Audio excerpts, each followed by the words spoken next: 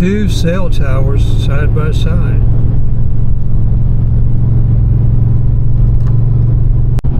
It's an oil refinery or a chemical refinery.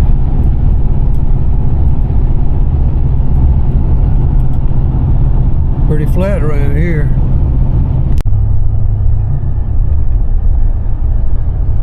Hydrocarbon. What does that mean?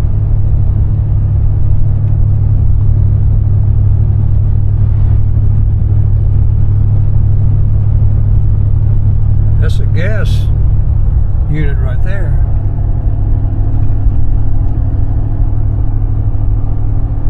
This is Bushton, the geographic center of Kansas.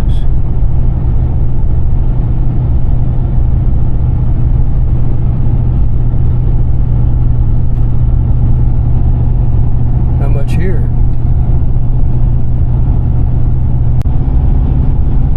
There's a lot of oil fields. This is an oil area as well. You see these little tanks and donkeys pumping away there.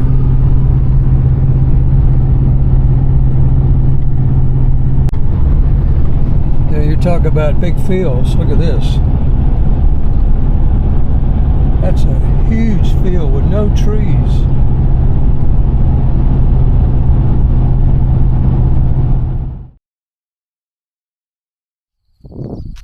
Danger on the frontier. Danger comes in many forms.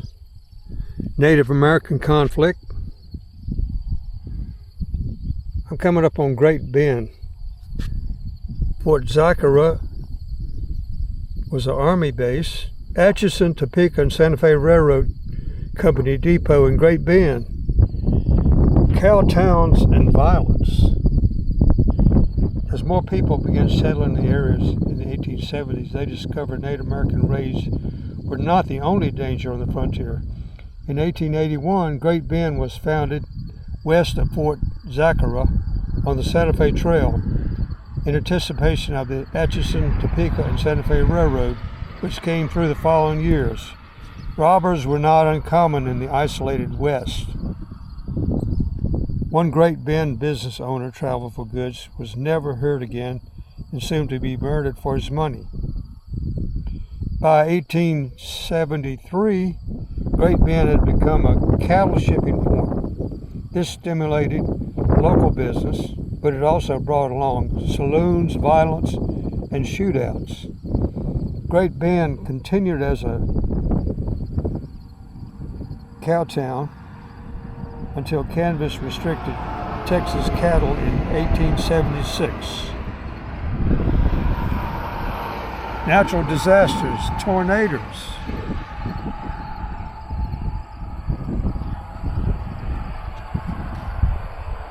Starting to feel like I'm in the prairie now. Look at this. This is huge. Wide open. Escape to the frontier, religious persecution and racism.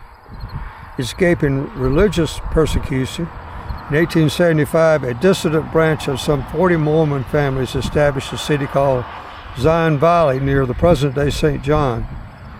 Their English prophet formed the group in Pennsylvania and brought them to Kansas to find the area God chose for his church. Escaping racism. While African Americans were free and full citizens, the end of Reconstruction in 1877 brought many practices in the former Confederate states that sought to disenfranchise and disadvantage them. As a result, many African Americans looked to escape west. From 1878 to 1880, 20,000 African Americans, including many former slaves, moved to Kansas. Encouraged by friends and Governor John Pierce St. John, because their exodus resembled that of the Israelites from Egypt, they were called exodusters. One exoduster group settled in Stafford County near St. John, peaking at just over 400 people in 1914. They thrived as farmers because of their extensive experience on plantations, which provided them skills in farming animal husbandry, and building, in addition to the making other goods and essentials. Benjamin Pap Singleton helped thousands of exodusters relocate to Kansas, earning his name as Father of the Exodus. Possibility of the frontier. Opportunities abound, but not without hard work. There's a church. Possibilities of the railroad. The Atchison, Topeka, and Santa Fe Railroad was especially significant.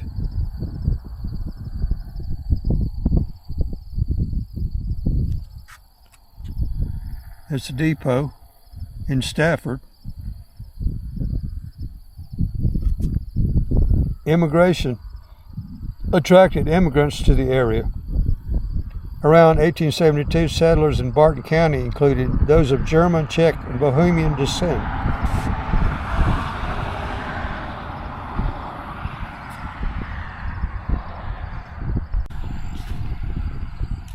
Look, they got a grill. You can have a picnic here. Covered picnic area.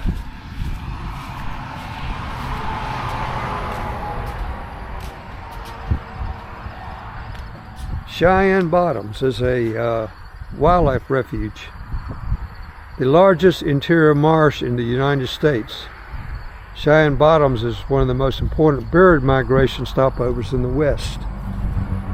Magic muck, fueling the wetlands wildlife.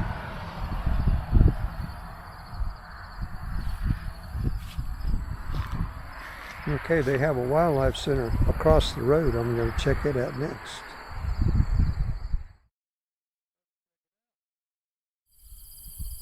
This is a visitor center, but it doesn't open until 1 on Sundays.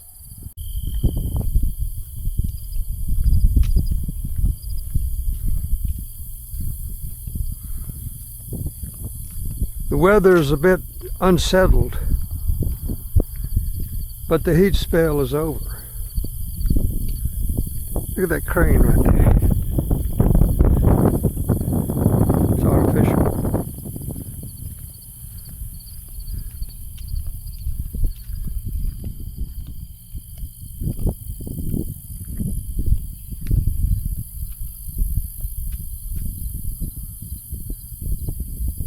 Cheyenne Bottoms Wildlife Refuge.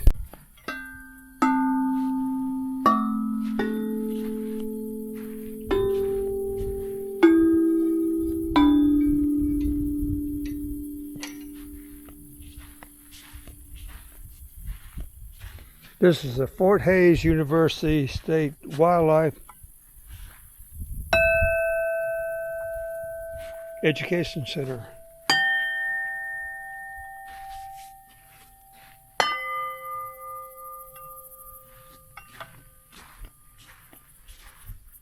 Cheyenne Bottoms Wildlife Area.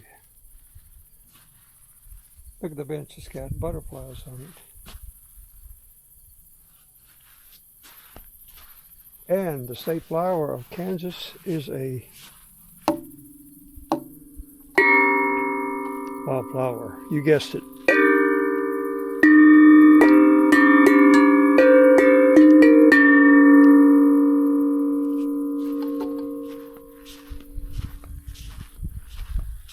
And how does this one work?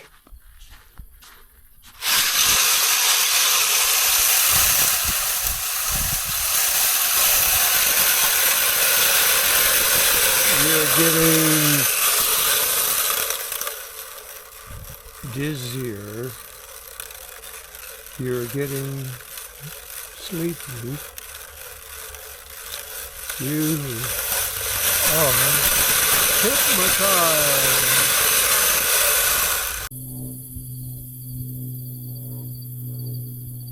This is actually the wildlife area, Cheyenne Bottoms.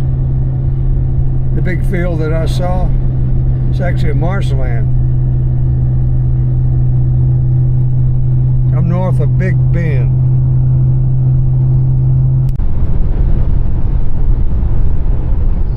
This was the Army fort, Fort Zara, from 1863 to 1866. There were a string of Army forts from Fort Leavenworth down to Fort Dodge.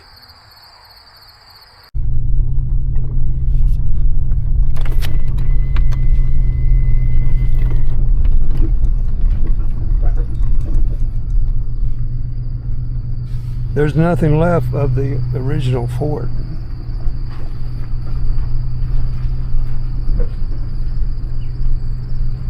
It's a good picnic area though.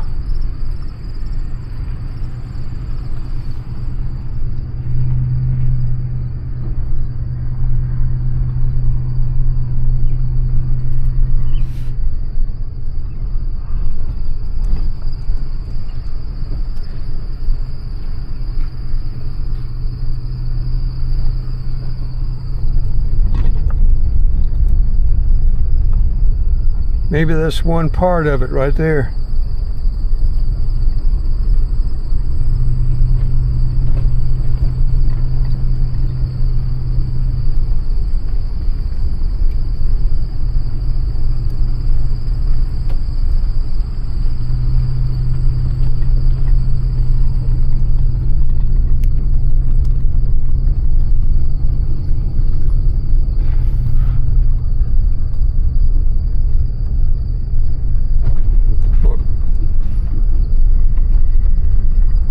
Fort Zara Park, 1935.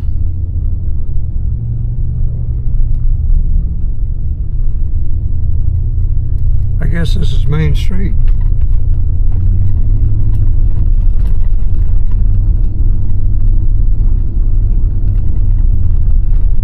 Great Bend, Kansas.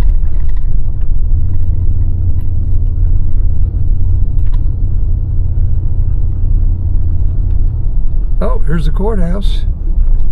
Stop and get a shot of that.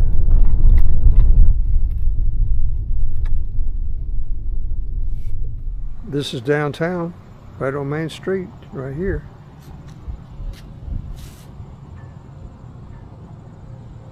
Here's the courthouse, Barton County. Let's see what this statue is about. Okay, this is Jack Kilby. Now, I still don't know who that is. I assume he was a teacher.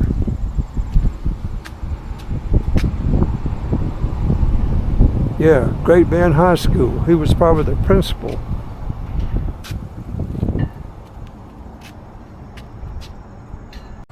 Not sure what this style is. Looks kind of Greek. Let's go down and look at the Union soldier statue. So they have a courthouse square right in the middle of downtown, typical of many cities in the Midwest, county seats rather.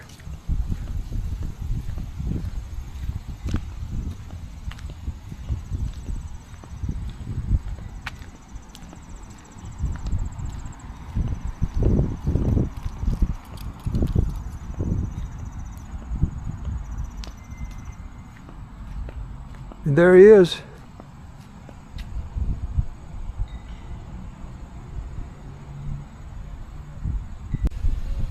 White courthouse. Solid white. Here's another big rig. Thing is huge. Look, he's pulling with a truck.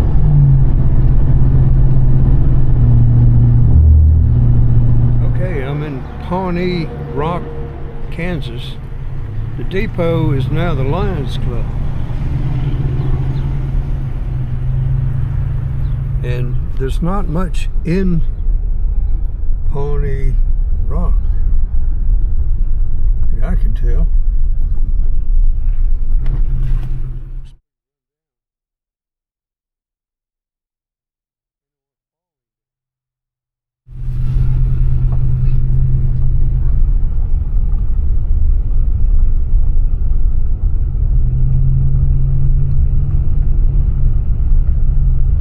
Okay, this is where I'm headed right here.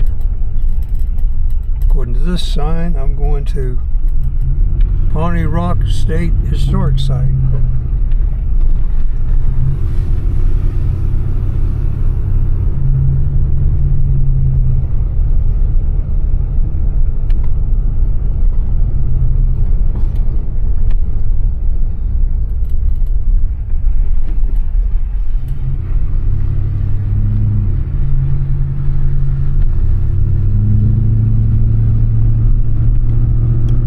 Let's see what it is.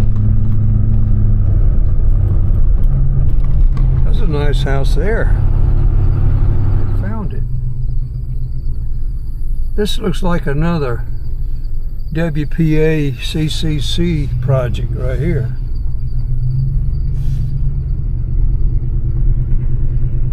There's the rock, apparently.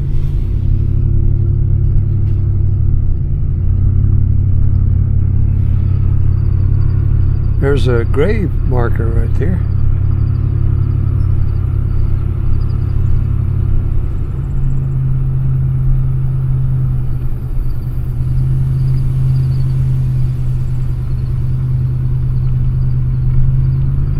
And look at the viewing platform there. That's nice.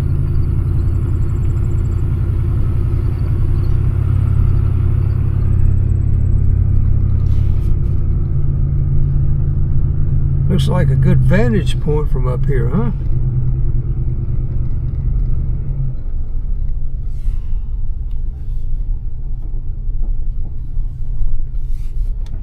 Looks like I'm the only one up here.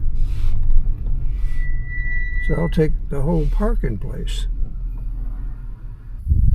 This was a landmark on the Santa Fe Trail because of its altitude. Look at that picnic table out there.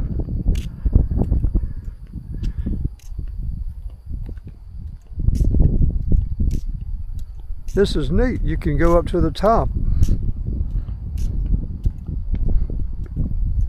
Got to be a great vantage point. Let's see what the memorial is here.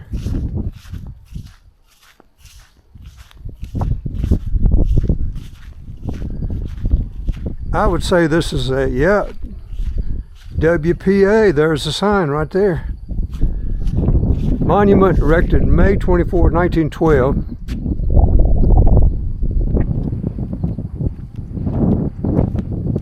In honor of the brave men and women who, passing over the old Santa Fe Trail, endured the hardships of frontier life and blazed the path of civilization for prosperity.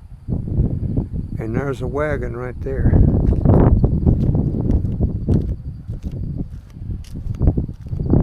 Pawnee Rock. Look at the buffalo. And then there's a pioneer up there with his buckskins, coonskin cap. Well, let's go up on the top.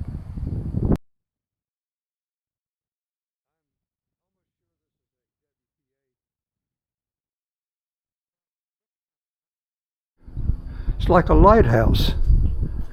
All right, let's go up and check it out. Round and round you go.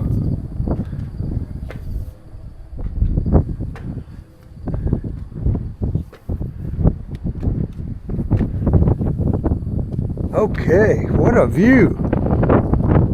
What a view.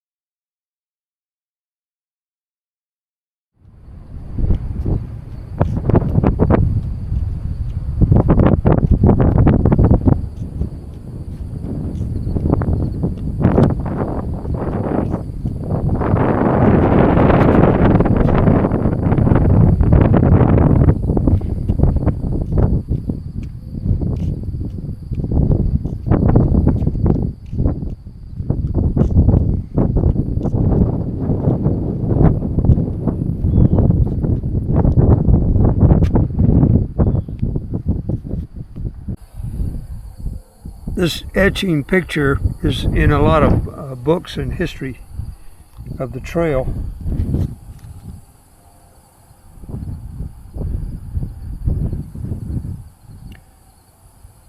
Looking down on the wagon trains. The Hispanic and Anglo drivers are keeping the oxen and mules moving at a steady pace of 1.5 miles an hour. You're almost halfway at the point of your 780 mile journey. Yesterday you camped out at Walnut Creek, crossing 16 miles back up the road. Fort Leonard is southwest of here, some 14 miles away.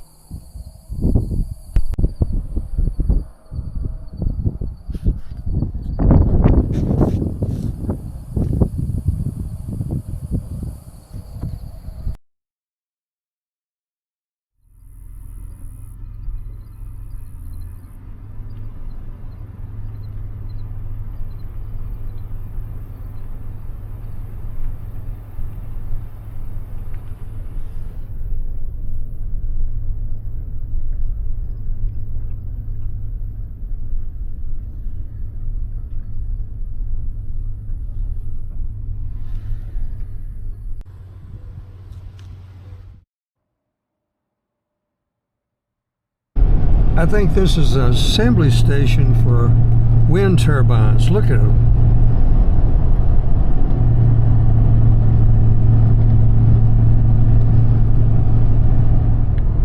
This is the town of Larid.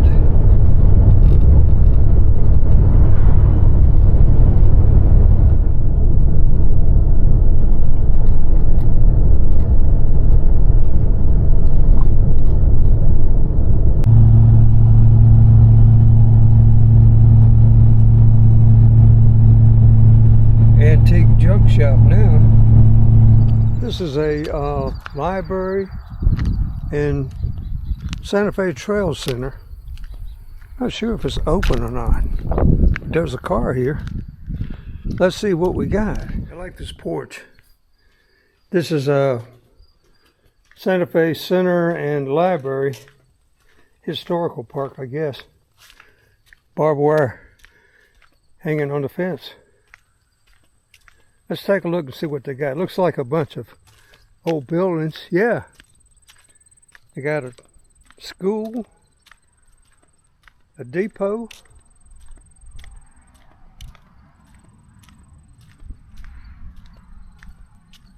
wow, this place is pretty extensive.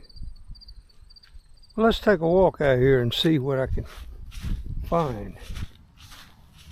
None of it's open, but I'll get a little closer look at some of the stuff they have. Look at all these buildings they have. This is quite a layout here. There's an old sod house there. Let's go. Here's another semi-underground dugout house.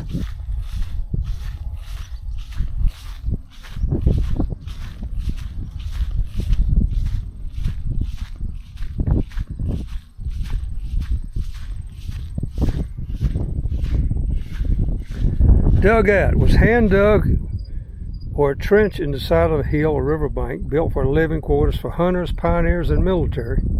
The dugout was a quick, simple, subterranean dwelling designed to protect inhabitants from the weather. They were comfortable during dry weather, but often floated in the rainy season. Temporary structures had a simple thatched roof covered in sod. Floors were packed earth. When available, stone was stacked to reinforce the walls. The cave-like dwelling provided stable temperatures throughout the year. Local archaeologist Earl Monger discovered a dugout on a homestead 30 miles west on the Pawnee River in the 1970s. This reconstruction is nearly exact of the 1870s original structure. Schoolhouse. I had it mixed up with the church. It's got a school bell, an outhouse, and a playground.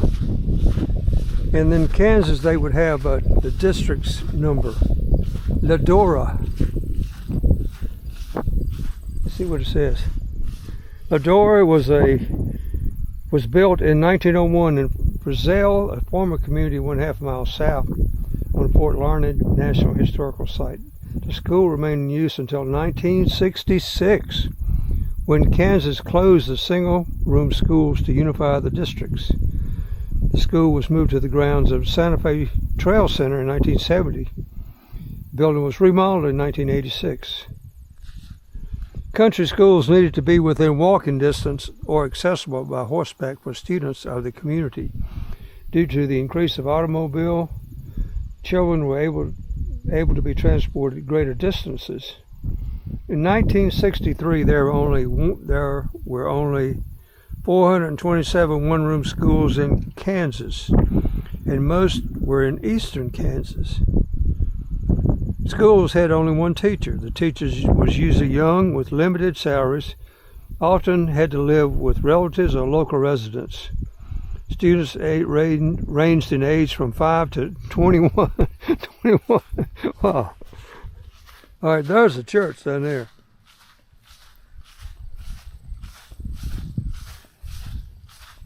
This is a nice lawn out here too.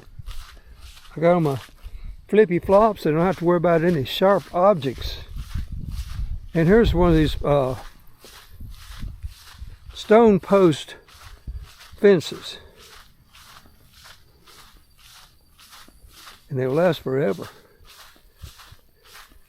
Just take a long, yeah, I guess you have to cut out the sand. It's probably sandstone. Yeah, it looks at the way it wears. And just put barbed wire on it. Look at this barbed wire right here. That's a mean looking there, ain't it? Got a water trough. Here's the windmill. It was the standard up until power came along. Not functioning now. Maybe it needs to be greased. Limestone cooling house. That's what this is. A cooling house. You can keep milk and stuff in here. Limestone was a common building material. Okay, this is limestone. Due to the shortage of wood. The Greenhorn Limestone Formation extends diagonally across north central Kansas. Limestone outcropping exposed by erosion were quarried where the limestone strata were thicker than 8 inches. Limestone also found to be a long-lasting building material with little maintenance. The stone was also referred to as post rock. There it is, post rock, because of the use of pioneers who quarried stone for fence posts in buildings. The stones were used primarily from 1880s to 1920s. Subsequently, many structures and fences still stand a century later. Post rocks were quarried using hand tools such as hand drills, pinch bars, and hammers, then slung on the wagons to be transported several miles. The cooling house was estimated to have been built around 1900.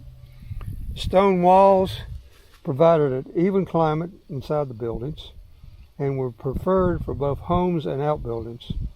Originally it was built to store perishable food.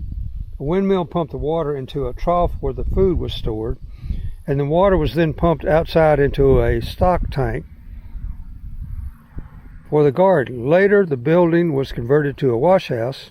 A chimney and stove were added to use as a shower house. The building was dismantled. The stones were numbered and rebuilt at the museum. There's a pump. That's pretty big. What's this little strange little smokehouse? It's a tiny smokehouse. Look at it. Not very big. This structure was constructed as a cooper would have built a smokehouse. It was relocated from South Larned to the Santa Fe Trail Center. Smokehouses were used to cure meats, to preserve the meat when the refrigeration was not available. The buildings were small and usually wood or stone. The meat was hung from the top of the structure and to be suspended in wood smoke. Often the old stove was adapted outside the structure with a small pipe filled with a hole fitted into a hole of the structure to permit the smoke to fill the building without the threat of burning the meat or the building. Tiny little smokehouse. It's all made of wood. Here we go. Santa Fe train station, Brazil.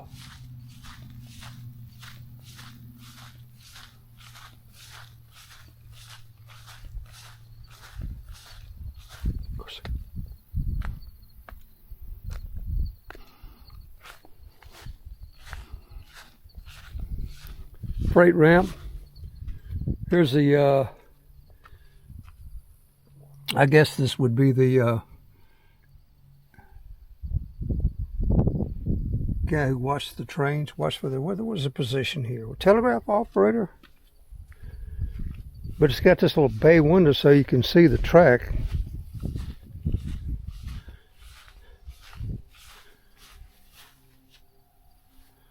Santa Fe Depot. This depot was originally located south of Fort Larned in the community of Brazil. Depots like this were often built from standardized plans, which made construction cheaper and faster. These buildings were not meant to last more than a few decades. The Brazil Depot was constructed in 1929. It was based on the frame depot number 1 for the branch lines for the branch of the Atchison, Topeka, and Santa Fe Railway.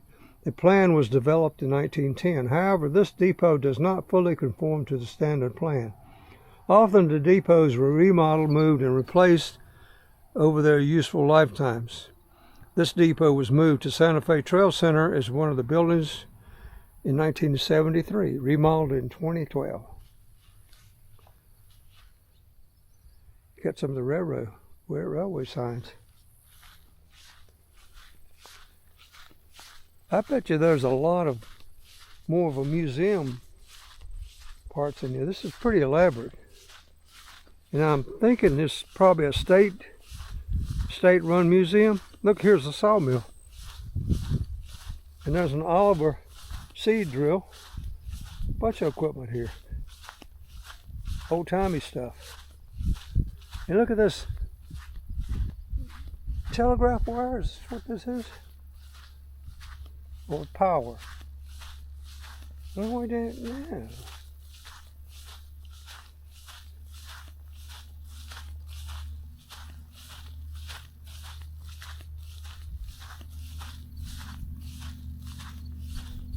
Some of this equipment looks like it's handmade, like that.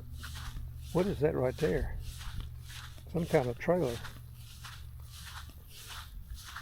These are cultivators, plows, harrows. Man, they got a lot of equipment out here. Mule drawn, or tractor drawn, I guess. And what's it? Oh, this is a field of corn or something. There's a combine. There's an old-timey. Is that a combine there?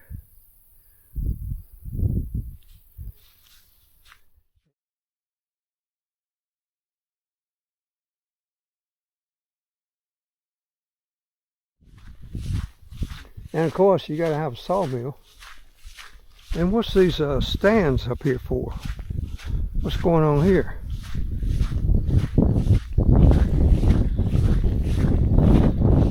Sawmill, belt powered. See, there's where the belt attached to the. Got to have a sawmill. And look at that cute little carousel. It's a little miniature carousel. It needs a roof on it though. Cute little carousel. Looks like that would be at some kind of fair. Here's the church. There's the steeple. Open the door. Where's the people? SQ Chapel, CME Church. 1909 was the first African American chapel in Larned. It was originally located on 1020 Johnson Street and was used until 1985. When the congregation moved to their current location, the chapel was then moved to museum grounds. Reverend William Eskew organized the Christian Methodist Episcopalian Church in Larned as a circuit church in 1885. He moved to Pawnee County to farm and preach, and the early church met in homes, empty stores, and in the city of Larned. 1906, Reverend Eskew bought and began excavating the ground to build the first church building. So this was a black church. Here's a little log cabin. Got the horseshoe above the door. Pretty fancy for a log cabin. You just cut up a chunk of ground, stack it on top of each other, and then you would have it on the roof as well. But you notice it erodes over time. That's why they were very temporary. This was a quick and easy way to have shelter. If you're a pioneer, you can't really see inside. Look at the grass, layers of grass. Let's see what the sign says. Sod house. Sod house, or soddy, was an alternative to the log cabin. The conditions were primitive compared to refined homes of the East and Europe. The structures were made from blocks of sod cut from the earth. The blocks are stacked into walls. The roots of the grass help keep the soil together. Adobe and sod bricks are some of the oldest universal earthen building materials throughout the world. Sod was a popular building material in the Great Plains, where wood was hard to find in the 19th century. Sod was less expensive, more commonly available, and easy to repair. Sod dwellings were allowed for normal doors and windows. The sod did require regular maintenance, yes, and frequent repair, yes, and was vulnerable to damage from rain and wind. Stucco was often applied to protect the exterior walls, and either stucco or canvas was used to line the exterior walls. The floors were often packed dirt covered with carpets of animal skins. Leaking sod roofs, pests, insects, dust, poor lighting were some of the difficulties living in a sod house. The thick walls did help to insulate from the outside climate. The temporary dwelling was pauper due to the passing of the Homestead Act by Congress in 1862. The legislature required settlers had to live on a piece of land for a specific number of years in order to gain ownership. A soddy is another windmill. It's a different type. Look how they got it on stones bracing it. And look at the fins on it, how different they are. Okay. So I did a little outside tour on my own. This would be a place that you'd have to come and spend about half a day, because it looks like a lot of museum space. This is near Larned, Kansas. Larned. Look how big these fence posts are. They are sturdy, no doubt about it.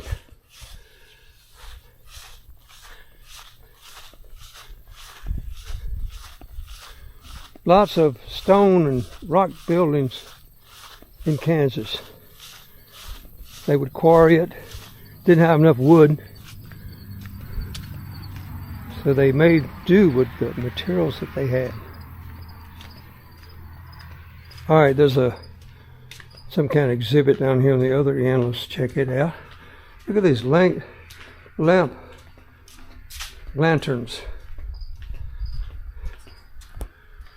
Nice and shady right here. This is on the north side. That's what you want in the winter and in the summertime.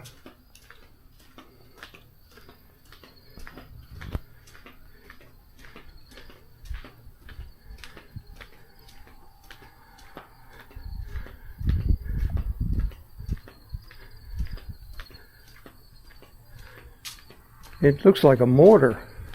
It's kind of an odd thing to have out in Kansas prairie. Let's see if there's a information plaque.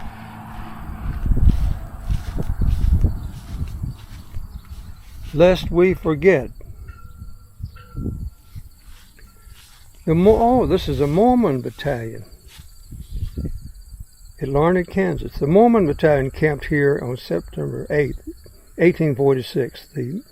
The more than 500 volunteers in this little army were enlisted to fight in the war with Mexico.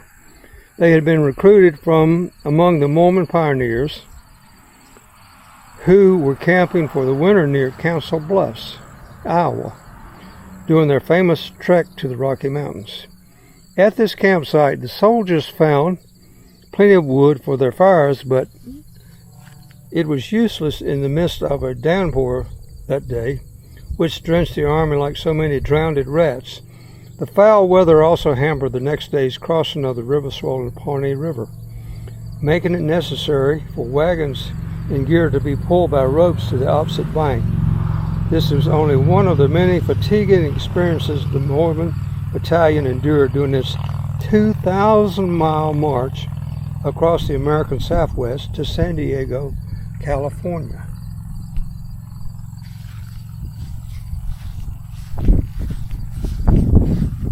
Presented to the city of Larned by E. Frizzell, Mayor, 1900. This is a mortar, but what's the explanation about it? Cannonballs. Oh.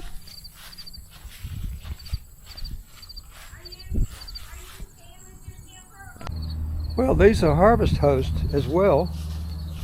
I didn't know that. So those are museums, those buildings in the back as well. People of the South Wind, the Kansas Indians, left their homelands in east of the Mississippi River during the 1600s, settled into what is today the northeast part of Kansas. Waterways provided subsistence for their people and were part of the tribe's culture. The success of the western route of travel, such as Santa Fe Trail, and the American demand for land in the west forced the Kansas to relocate several times.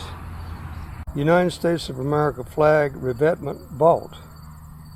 I pledge allegiance to the flag of the United States of America and to the republic for which it stands, one nation, under God, indivisible, with liberty and justice for all.